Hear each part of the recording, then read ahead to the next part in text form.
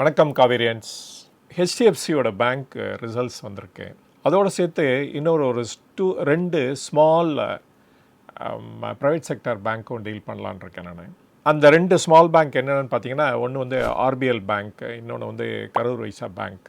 So first அந்த RBL பேங்க்கோட results பார்த்தீங்கன்னா, I think நிறைய மெட்ரிக்ஸில் ரொம்ப புவராக பர்ஃபார்ம் பண்ணியிருக்காங்கன்னு தான் சொல்லணும். பட் ஆனால் கரூர் வைசா பேங்க் வந்து ஆஸ் யூஷுவல் அவங்களுடைய பர்ஃபார்மன்ஸ் வந்து பிளமிஷ்லெஸ் சொல்லணும். தட் இஸ் எந்த வித குறையும் நம்ம சொல்ல முடியாது. ஸோ ஒரு மெட்ரிக்ஸாக பார்க்கலாம், எந்த மெட்ரிக்ஸில் வந்து அவங்க நல்லா பண்ணியிருக்காங்க அப்படிங்கிறத பார்க்கலாம். நான் ஒரு அசம்ஷனில் போகிறேன். என்ன அப்படின்னா, நிறைய தடவை வந்து பேங்க்கை பற்றி நான் டீல் பண்ணியிருக்கேன் உங்களோட. அண்டு கூகுள் ஷீட்டில் கூட ஒவ்வொரு மெட்ரிக்ஸ்க்கும் அதுக்கு என்ன மீனிங், அது எப்படி அந்த ஃபார்முலா அரைவ் ஆகுதுன்னு கூட நான் போட்டிருக்கேன் நான். அதனால் அதெல்லாம் நீங்கள் படிச்சிருப்பீங்க.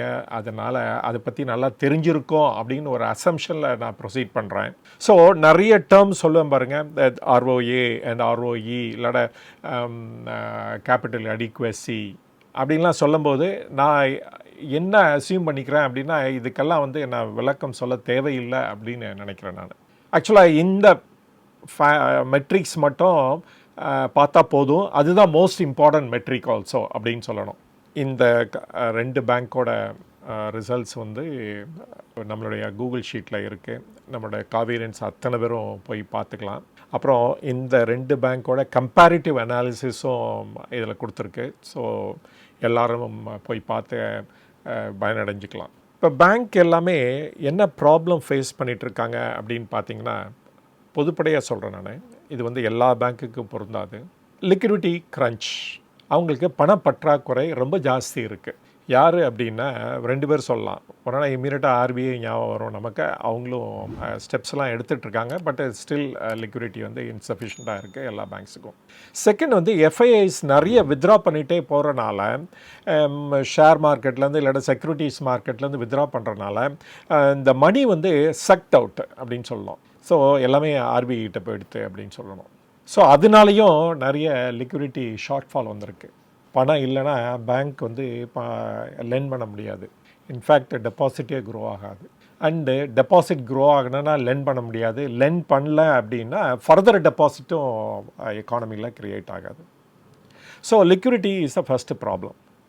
செகண்ட் ப்ராப்ளம் என்னன்னு பார்த்தீங்கன்னா, அந்த டிக்ளைனிங் எக்கானமி, ஸ்லோவாக எக்கானமி டிக்ளைன் பண்ணிகிட்டே இருக்கிறனாலையும், அண்டு கவர்மெண்ட்டோட அந்த பட்ஜெட் டெஃபிசிட்டை குறைக்கணுங்கிற அந்த ஆக்டிவிட்டினாலையும் அண்டு ஒரு எக்கானமி ஸ்லோ டவுன் ஆகிட்டுருக்கு அப்படின்னு சொல்லலாம். இதனால் என்ன கான்சிக்வன்ஸ் அப்படின்னு பார்த்தீங்கன்னா, இந்த எல்லா கம்பெனியும், எஸ்பெஷலி இந்த லிஸ்டட் ஸ்பேஸில் இருக்க எல்லா கம்பெனியும் அவங்களுடைய பர்ஃபார்மன்ஸும் ஸ்லோ டவுன் ஆகிட்டே இருக்குது. அஃப்கோர்ஸ் அதில் வந்து எக்ஸப்ஷன் இருக்கும், இல்லாமல் இருக்காதுன்னு சொல்ல முடியாது. ஸோ நிறைய பெஸ்ட் கம்பெனிஸோட ரிசல்ட்ஸ் பார்த்திங்கன்னா ஒரு மார்ஜினல் டிக்ளைன் இருந்துட்டு தான் இருக்குது. இதனால் என்ன கான்சிக்வன்ஸ்னு பார்த்திங்கன்னா, பாரோவர்ஸ்லாம் எஸ்பெஷலி த அன்செக்யூர்டு பாரோவர்ஸு, அப்புறம் இந்த மைக்ரோ ஃபைனான்ஸ் பாரோவர்ஸ்லாம் இருக்காங்க பாருங்கள், அங்கே டிஃபால்ட் வந்து ரொம்ப ஜாஸ்தியாக இன்க்ரீஸ் ஆக ஆரம்பிச்சிச்சு. இந்த RBL ரிசல்ட்ஸில் பார்த்தாலே நீங்கள் தெரிஞ்சுக்கலாம். ஸோ அந்த டிக்ளைன் இருந்துக்கிட்டே இருக்கிறனால எக்கானமியில் இந்த பாரோவர்ஸை ஆர் பீங் ஹிட் அப்படின்னு கூட சொல்லலாம் நம்ம. அஃப்கோர்ஸ் ஒரு expectation of the loan waiver immediately after the election, அந்த மாதிரி ஒரு எக்ஸ்பெக்டேஷனாலையும் அந்த கிரெடிட் கல்ச்சர் சிவியராக அஃபெக்ட் ஆகிடுதுன்னு கூட நம்ம சொல்லலாம். பிஜேபி கவர்மெண்ட் வந்தோடனே இந்த ஸ்மால் ஃபைனான்ஸ் பேங்க்னு ஒன்று க்ரியேட் பண்ணி அது மூலமாக அன்பேங்க்டு பீப்புளுக்கு லோன் கொடுக்க ஆரம்பித்தாங்க. அது வந்து ரைட் ஃபுட்டிங் அப்படின்னு சொல்லலாம். ஏன் அப்படின்னா, ஒரு லெண்டிங் வந்து normally based on cash flow தான் இருக்கணும். நான் எவ்வளோ சம்பாதிக்கிறேனோ அந்த சம்பாதிக்கிறதுக்கு தகுந்தாப்பில் எனக்கு வந்து கடன் கிடைக்கணும். ஆனால் மோஸ்ட்லி எப்படி இருக்கும் அப்படின்னா, பேங்க்கில் கொலாட்ரல் பேஸ்டு லெண்டிங் தான் இருக்கும். நான் ஏதாவது ஒரு சொத்து கொடுத்தா தான் எனக்கு வந்து லோன் கிடைக்கும். ஸோ இந்த ஸ்மால் ஃபைனான்ஸ் பேங்க்கோட lending or micro finance institutional lending வந்து மாறுபட்டு செயல்பட்டுச்சு. அந்த இனிஷியல் இயர்ஸில் பார்த்திங்கன்னா நல்லா க்ரோத் இருந்தது, எக்ஸப்ட் அந்த பேண்டமிக் பீரியடில் தவிர. இந்த எக்கானமி ஸ்லோ டவுன் ஆனதுனாலையும் இல்லாட்டா அந்த கிரெடிட் கல்ச்சரில் ஒரு ப்ராப்ளம் வந்தனாலையும் அப்படியே இதிலெல்லாம் டிஃபால்ட் வர ஆரம்பிச்சிருச்சு. அப்புறம் எல்லா பேங்க்கும் இந்த இதை ஃபோக்கஸ் பண்ணி ஓடுறதுனாலையும் சொல்லலாம் இந்த ப்ராப்ளம் வந்து இன்னும் இன்க்ரீஸ் ஆகிடுது அப்படின்னு சொல்லலாம். ஸோ த எக்கானமி திருப்பி பவுன்ஸ் பேக் பண்ணி அந்த க்ரோத் பாத்தில் வர்ற வரைக்கும் இது கண்டினியூ ஆகும் தான் நம்ம எதிர்பார்க்கலாம். அதனால் பேங்க்கோட ரிசல்ட்ஸுமே எஸ்பெஷலி அந்த ஸ்மால் ப்ரைவேட் பேங்க்ஸாக இருக்கட்டும், இல்லாட்ட அதர் லார்ஜ் ஆர் மிட் லெவலில் இருக்க பேங்க்ஸாக இருக்கட்டும், எல்லாருமே நல்ல ரிசல்ட்ஸை கொடுக்க மாட்டாங்கன்னு தான் எதிர்பார்க்கலாம். நான் அடிக்கடி சொல்வேன் தட் பேங்க் தான் the base of the pyramid. இவங்க நல்லா பண்ணால் தான் மித்த செக்டார்லாம் நல்லா பண்ண முடியும் அப்படின்ட்டு. அதனால் ஒரு டிக்ளைன் வந்து இந்த பேங்க்கு நிறைய பேங்க்ஸோட ரிசல்ட்ஸில் பார்க்கலாம். ஆர்பிஎலோட ஒரு இம்பார்ட்டன்ட் மெட்ரிக் எடுத்து பார்க்கலாம், இந்த ப்ரொவிஷன்ஸ் பார்த்திங்கன்னா 414 crores இருக்குங்க. இது வந்து ப்ரீவியஸ் குவார்ட்டரில் கம்பேர் பண்ணாலும் சரி, ப்ரீவியஸ் இயர் குவார்ட்டரில் கம்பேர் பண்ணாலும் ஹியூஜ் அமௌண்ட்டாக இன்க்ரீஸ் ஆகிருக்கு. அதனால தான் இந்த கிரெடிட் காஸ்ட்டு கூட பார்த்திங்கன்னா 1.39 வெரி ஹை. கிரெடிட் காஸ்ட்டுங்கிறது இவங்க எவ்வளோ ப்ரொவிஷன்ஸ் போடுறாங்க அகெயின்ஸ்ட் அட்வான்ஸை வச்சு கம்பேர் பண்ணுறது தான் அது. அப்போ இது ரொம்ப ஹையாக இருக்கிறபோது it is a indicator that problem, இவங்க லெண்டிங் செக்ஷனில் ஏதோ ஒரு ப்ராப்ளம் வந்துட்டுருக்கு அப்படின்னு தான் எடுத்துக்கணும். அது நத்திங் பட் இந்த unsecured loan, credit card loan, இல்லாட்ட வந்து மைக்ரோ ஃபைனான்சிங் லெண்டிங், இந்த ஏரியாவில் நிறைய ப்ராப்ளம் இருக்குது அப்படின்னு தான் சொல்லணும். One more important metric or related metric என்னன்னு பார்த்தீங்கன்னா net interest income and non interest income 1585 crores and 1073 crores. And as a result இவங்களோட நெட் ப்ராஃபிட் பார்த்தீங்கன்னா after provisions and other expenditure பார்த்தீங்கன்னா it is about only 33 crores. Severe drop from previous இயரில் பார்த்தீங்கன்னா 778 crores. So அந்த லெவலுக்கு வந்து இந்த provisions வந்து அப்சர்வ்டு அவங்களுடைய ப்ராஃபிட் எல்லாம் அப்படின்னு தான் சொல்லணும். இன்னொன்று இம்பார்ட்டன்ட் மெட்ரிக் வந்து என்னென்னு பார்த்தீங்கன்னா அந்த காஸ்ட் டு இன்கம். இதோட இது பார்த்திங்கன்னா இட் இஸ் அபவுட் 62.5. இது வந்து ரொம்ப ஹையாக இருக்குது. ஆல்மோஸ்ட் ஆல் த குவார்ட்டர்ஸில் இதே லெவலில் தான் இருக்குது. வித் பெஸ்ட் ரன் பேங்க்ஸ்லாம் பார்த்திங்கன்னு வச்சுக்கோங்களேன் அபவுட் 40, 42 அது மாதிரி தான் இருக்கும். ஈவன் பேங்க் ஆஃப் மகாராஷ்டிரா கூட பார்த்தோம், இட் வாஸ் ஒன்லி அரௌண்ட் 30 அந்த மாதிரி தான் இருக்குது. ஸோ பட் ஏன் இது வந்து இவ்வளோ ஹையாக இருக்குது காஸ்ட் டு இன்கம் அப்படின்னு பார்த்தீங்க அப்படின்னா, ஸோ ஒரு சைடு வந்து எம்ப்ளாயி எக்ஸ்பென்சஸ் நிறையா இருந்தாலும், இன்னொன்று வந்து பிரான்ச் யூனோ டிஜிட்டைசேஷனு, இல்லாட்டா அதர் மார்க்கெட்டிங் எக்ஸ்பெண்டிச்சர், இதெல்லாம் வந்து ரொம்ப ஹையாக இருக்கிறனாலையும் இது வந்து ஹையாக இருக்கிறதுக்கு சான்சஸ் இருக்குது. அப்புறம் ஒன் மோர் திங் வந்து இந்த டாப் லைன் பாருங்கள், that is net interest income drop ஆனால் கூட இது அஃபெக்ட் ஆகும். ஏன் அப்படின்னா காஸ்ட் டு இன்கம்ங்கிறது உங்களுடைய காஸ்ட் என்ன compared to your total income, அது என்னன்னு பார்க்கும்போது டெஃபினட்டாக அந்த இன்ட்ரெஸ்ட் இன்கம் குறைஞ்சிச்சுன்னா இதோட பர்சன்டேஜும் சிவியராக அஃபெக்ட் ஆகும். அந்த இன்ட்ரெஸ்ட் இன்கம் வராத காரணம் அப்படின்னா இன்ட்ரெஸ்ட்டு கலெக்ட் பண்ண முடியல, இல்லாட்ட வந்து டிஃபால்ட்டு பாரோயிங்கில் நிறைய இருக்கிறனாலையும் அந்த டோட்டல் இன்ட்ரெஸ்ட் இன்கம் குறைஞ்சிருக்கலாம். ஸோ அதனால் இந்த காஸ்ட் இன்கம் வந்து ஒரு இம்பார்ட்டன்ட் ஃபேக்டர், ஒரு மெட்ரிக் நம்ம எப்பொழுதும் இதில் பார்க்கணும். எவ்வளோ ஹையாக இருக்குது இல்லாட்டி எவ்வளோ லோவாக இருக்குங்கிறதும் அதுதான் இந்த ப்ராஃபிட்டை வந்து டிட்டர்மைன் பண்ணுறது. ஸோ இது வந்து lead to the next one என்ன அப்படின்னா the ROA, that is return on assets. அசட்டுங்கிறது பேங்க்குக்கு அவங்க கொடுக்குற லோன் தானே. ஸோ உங்களுக்கு இன்ட்ரெஸ்ட் வந்து சரியாக கலெக்ட் ஆகலைன்னு வச்சுக்கோங்க, இது ட்ராப் ஆகிடும். இன்ஃபேக்ட் இந்த பேங்க்குக்கு எவ்வளோ இருக்குன்னா ரிட்டர்ன் அசெட் பார்த்திங்கன்னா ரியலி ஷாக்கிங் அப்படின்னு தான் சொல்லணும். It is only 0.09. ஏன்னா 33 கோடி தானே ஏர்ன் பண்ணியிருக்காங்க on their asset. That is average assets. அந்த குவார்ட்டரில் ஆவரேஜ் அசெட் என்ன இருக்குது. நேச்சுரலி இந்த ரிட்டர்ன் ஆன் ஈக்விட்டியும் குறைஞ்சிருக்கும். ஏன் அப்படின்னா அந்த ப்ராஃபிட் வந்து லோவாக இருக்கிறனால. தென் ரிட்டர்ன் ஆன் ஈக்விட்டி வந்து 0.84. ஸோ இதனால் நிறைய நெகட்டிவ்ஸே இருக்கிறனால இந்த பேங்க்கோட ஷேர் வந்து சிவியராக ஃபாலோ ஆகிடுது அப்படின்னு சொல்லணும். பட் அஸ் யூஷுவல் இந்த லெண்டிங்லாம் பார்த்திங்கன்னா இவங்க வந்து ரிட்டைல் லெண்டிங் தான் 61% இருக்குது. பேலன்ஸ் ஹோல்சேல் லெண்டிங் இந்த பேலன்ஸ் பர்சன்டேஜ் போயிட்டுருக்கு. இப்போ கரூர் வைசா பேங்க் பார்க்கலாம். என்டையர்லி ஒரு டிஃப்ரெண்ட் பிக்சர் இது கொடுக்கும். அண்டு எல்லா பேராமீட்டர்ஸ்லும் நல்லா பண்ணியிருக்காங்க. இவங்களோட நெட் இன்ட்ரெஸ்ட் இன்கம் பார்த்திங்கன்னா 1079 crores. அண்ட் மார்ஜின் ஆல்சோ 4.03, இதுவும் நல்லா பண்ணியிருக்காங்க. காஸ்ட் இன்கம் பாருங்கள் 47.27.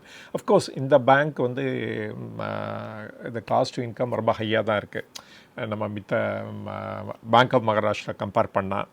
அண்டு அதர் திங்ஸ்லாம் பார்த்திங்கன்னா இவங்களுடைய புக் வேல்யூ பார்த்திங்கன்னா 161 ருபீஸ் இருக்குது. And the market price is around 223 அது மாதிரி இருக்கிறனால now the price to book வந்து ஒரு இம்பார்ட்டன்ட் மெட்ரிக் நம்ம எப்பொழுதுமே பார்ப்போம். தட் இஸ் 1.38 அப்படின்னு இருக்கு. ஸோ கன்சிடரிங் யூனோ இப்போ ஒரு டிக்ளைனிங் சிச்சுவேஷன் இருக்கிறனால எல்லா ரிசல்ட்ஸும் தென் வந்து இதே வந்து ஹை த பெஸ்ட் அப்படின்னு தான் சொல்லணும். இதுக்கு மேலே வந்து வி கனாட் வேல்யூ அப்படின்னு தான் நினைக்கிறேன் நான் இந்த கம்பெனிக்கு. பட் ஆனால் எல்லா பேங்க்கும் இந்த லிக்விடிட்டி கவரேஜ் ரேஷியோ இருக்குது பாருங்கள், அது வந்து ரீசனபிளாக மெயின்டைன் பண்ணிடுறாங்க. அண்டு த அரௌண்ட் 123 அந்த மாதிரி மெயின்டைன் பண்ணிடுறாங்க. அது வந்து எதை இண்டிகேட் பண்ணுது அப்படின்னா, இப்போ ஒரு ரன் ஆன் த பேங்க்னு வச்சுக்கோங்க. இப்போ போட்ட டெபாசிட்டை போட்டு அத்தனை பேரும் எனக்கு டெபாசிட்டை கொடு அப்படின்னா எப்படி அந்த பேங்க்கு மேனேஜ் பண்ண போகிறாங்கன்னு பார்க்குறது தான் அந்த லிக்விடிட்டி கவரேஜ் ரேஷியோ. ஸோ இது வந்து எல்லா பேங்க்கும் ரீசனபிள் லெவலில் மெயின்டைன் பண்ணிகிட்ருக்காங்க அப்படின்னு தான் சொல்லணும். அஃப்கோர்ஸ் இந்த பேங்க்கோட ப்ரொவிஷன்ஸ் பார்த்திங்கன்னா ஒன்லி 147, ஜஸ்ட் லைக் யூனோ இந்த ஏர்லியர் குவார்ட்டர்ஸ் மாதிரி தான் இருக்குது. ஒரு சர்ப்ரைஸ் ஒன்றும் இந்த பேங்க்லேருந்து வரலை எந்த மெட்ரிக்ஸ்லேயும் அப்படின்னு தான் சொல்லணும். கரூர் வைஸ்யா பேங்க் வந்து இந்த மாதிரி ஒரு ஸ்டடி பர்ஃபார்மன்ஸ் கொடுக்குறதுக்கு காரணம் என்ன அப்படின்னா, இவங்களுடைய போர்ட்ஃபோலியோ அத்தனையுமே செக்யூர்டு போர்ட்ஃபோலியோவாக தான் இருக்கும். அன்செக்யூர்டு போர்ட்ஃபோலியோவே ஆல்மோஸ்ட் இருக்கவே இருக்காது. ஸோ அதனால் டிஃபால்ட் ஆகிறதுக்கு சான்சஸ் இல்லை. அதனால் ஈவன் கேபிட்டல் அடிக்வசி கூட ஒரு ரீசனபிள் 15.91 அது மாதிரி இருக்குது. இன்ஃபேக்ட் வந்து average of the capital adequacy ratio அப்படி பார்த்தீங்க அப்படின்னா எல்லா பேங்க்கும் அரௌண்ட் 16 கிட்ட இருக்குது அப்படின்னு தான் சொல்லணும். அண்ட் இவங்களோட return on asset is 1.74, almost like HDFC மாதிரி தான் இவங்க ஏர்ன் பண்ணியிருக்காங்க. அதே மாதிரி return on equity is also reasonable 17.42. So இந்த ரெண்டு பேங்க்கையும் கம்பேர் பண்ணி பார்த்தோம்னா கரூர் வைஸ்யா பேங்க் வந்து எவ்ரி பேராமீட்டரில் ஜெயிச்சிருக்காங்கன்னு தான் சொல்லணும். அண்ட் ஆல்மோஸ்ட் 14 யூனோ மெட்ரிக்ஸில் அவங்க நல்லா பண்ணியிருக்காங்க.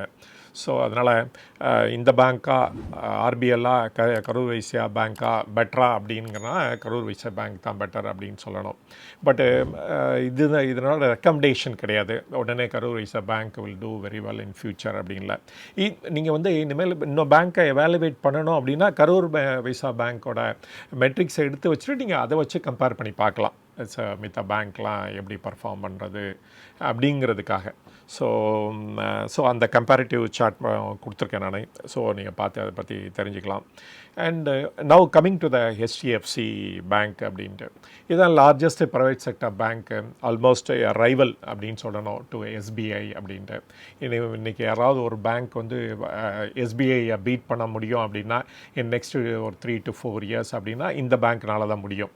தட் இஸ் இவங்களோட top line, that is net interest இன்கமாக இருக்கட்டும், ஆர் வந்து இவங்களோட நெட் ப்ராஃபிட்டாக இருக்கட்டும், இது க்ரோ ஆகிட்டே இருக்குது. ஸோ எவ்ரி 4 years ஆர் 4.5 yearsல இவங்க வந்து அப்படியே டபுள் பண்ணுவாங்க. தட் இஸ் அ பாசிபிலிட்டி இருக்குது.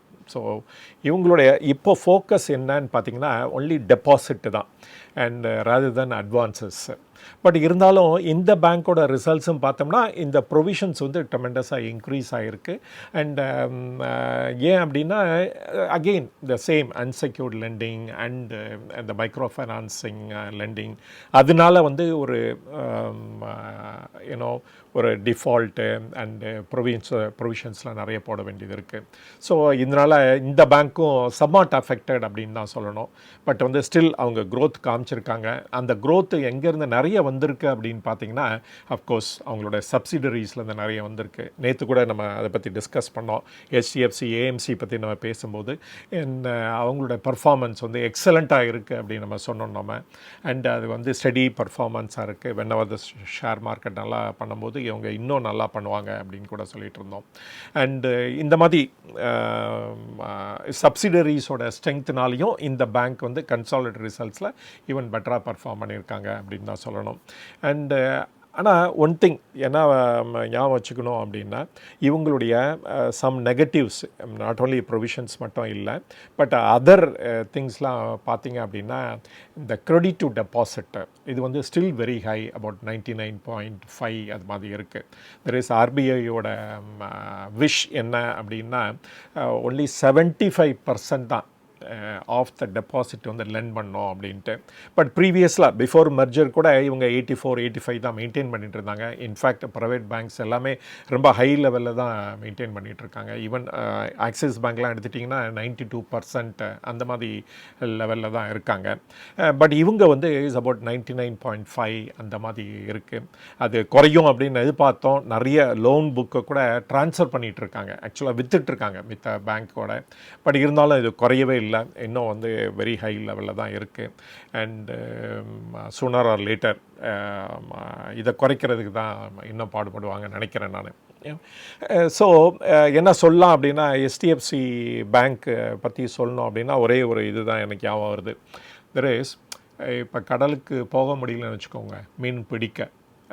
தென் அந்த மீனவர்கள்லாம் என்ன பண்ணுவாங்க அப்படின்னா அந்த மீன் வலையெல்லாம் ரிப்பேர் பண்ணிகிட்ருப்பாங்களாம். ஸோ அதை மாதிரி தான் இவங்க பண்ணிகிட்ருக்காங்க. இப்போ லெண்டிங்க்கு நிறைய ஸ்கோப் இல்லை, நிறைய டிஃபால்ட் ஆகிருக்க டைமில் சரி அதை அட்வான்ஸஸே மறந்துடுவோம், நம்ம வந்து சப்சிடரிஸ்லாம் நல்லா இன்கம் கொடுக்குது, நம்ம வந்து டெபாசிட் க்ரோத்துக்கு ஒர்க் அவுட் பண்ணுவோம் அப்படின்னு இவங்க ஒர்க் அவுட் பண்ணிகிட்ருக்காங்கன்னு தான் தோணுது இவங்களுடைய ரிசல்ட்ஸை பார்த்தா.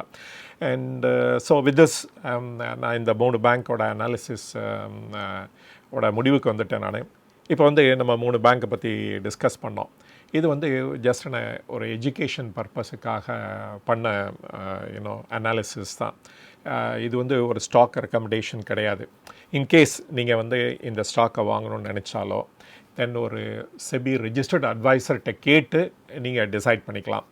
அப்புறம் ஒன் மோர் திங் என்ன அப்படின்னா இந்த வாரம் தட் இஸ் சாட்டர்டே அன்னைக்கு 11 o'clock வந்து நான் காவேரி பிஸ்னஸ் மெம்பர்ஸோட மீட் பண்ணுறது உண்டு எப்பொழுதும். அண்டு இந்த வாரம் டாபிக் என்னன்னு பார்த்தீங்கன்னா அந்த ட்ரம்ப் அவரோட பாலிசி அதோட இம்பேக்ட் என்ன இருக்க போகுது இந்தியன் ஷேர் மார்க்கெட்டில், தென் எந்தெந்த கம்பெனியெலாம் பெனிஃபிட் ஆகும் இல்லாட்டா எந்தெந்த கம்பெனி இதனால் அஃபெக்ட் ஆகும் அதை பற்றி பேச போகுது. அதே சமயத்தில் எலக்ட்ரானிக் மேனுஃபேக்சரிங் சர்வீஸ் கம்பெனிஸ்லாம் எப்படி பர்ஃபார்ம் பண்ண போகுதுங்கிறதையும் நான் டிஸ்கஸ் பண்ண போகிறேன். என்னை நீங்கள் மீட் பண்ணணுன்னு நினச்சிங்கன்னா காவேரி பிஸ்னஸில் மெம்பர் ஆகி தென் வந்து என்னோட டிஸ்கஸ் பண்ணலாம். இந்த டாப்பிக்கோ இல்லாட்டா வேறு எந்த கொரீஸோ இல்லாட்டா டவுட் இருந்தாலும் அதை பற்றி என்னோட டிஸ்கஸ் பண்ணலாம். ஸோ இது வரைக்கும் உங்களுடைய பொன்னான நேரத்தை எனக்காக ஒதுக்குனதுக்கு ரொம்ப நன்றி. வணக்கம்.